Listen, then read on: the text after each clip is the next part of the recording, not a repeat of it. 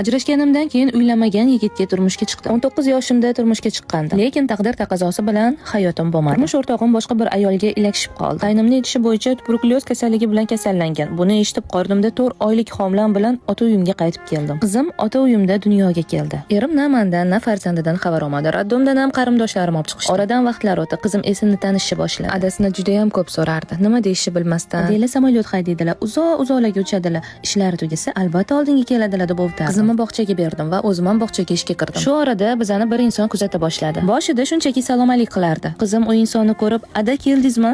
Endi samolyot haydamaysizmi?" deb yig'lab bordi. U inson, "Yo'q, bo'ldi. Endi ketmayman qizim" deb qizimni ovutdilar. Oradan vaqt o'tdi. Qizim u insonni Ada deb chaqira boshladi. Uyimizga sovchilarni jo'natdilar. Undan oldin qancha norozichiliklar bo'ldi. Adam uylanmagan bolaga bermayman desalar, uydagilari ajrashgan, yana bolasi bilan uni senga olib bermaymiz deyishardi. Uni ustiga mendan yana 2 yosh kichkina edilar. Oxir-oqibat Adamni uydagilarini ko'ndirdilar. Muhabbatlari uchun 3 yil kurashdilar. Turmush qurdik. Qizimni o'zlari maktabga olib chiqdilar. Qizimni o'zlarini farzandlaridan ham ortiq ko'radi. Alhamdulillah, hozir 3 nafar farzandim bor. Bir qiz, 2 o'g'il. Bu kuzatuvchim hayotlarini o'qib shuni bildim. Alloh har bir bandaga o'zi ko'tara oladigan sinov beradi va albatta ketidan o'z mukofotlarini beradi. Kim uchundir taraflama sinov beradi, yana kim uchundir farzand taraflama sinov beradi. Agar bu sinovlardan yaxshi o'ta olsanglar, mukofoti albatta yaxshilik bo'ladi. Mana profilimni yo'qotib qo'ymaslik uchun podpiska bo'ling. Storislarimni kuzatib boringlar, chunki u yoqda men o'zimni hayotimni ko'rsatib boraman.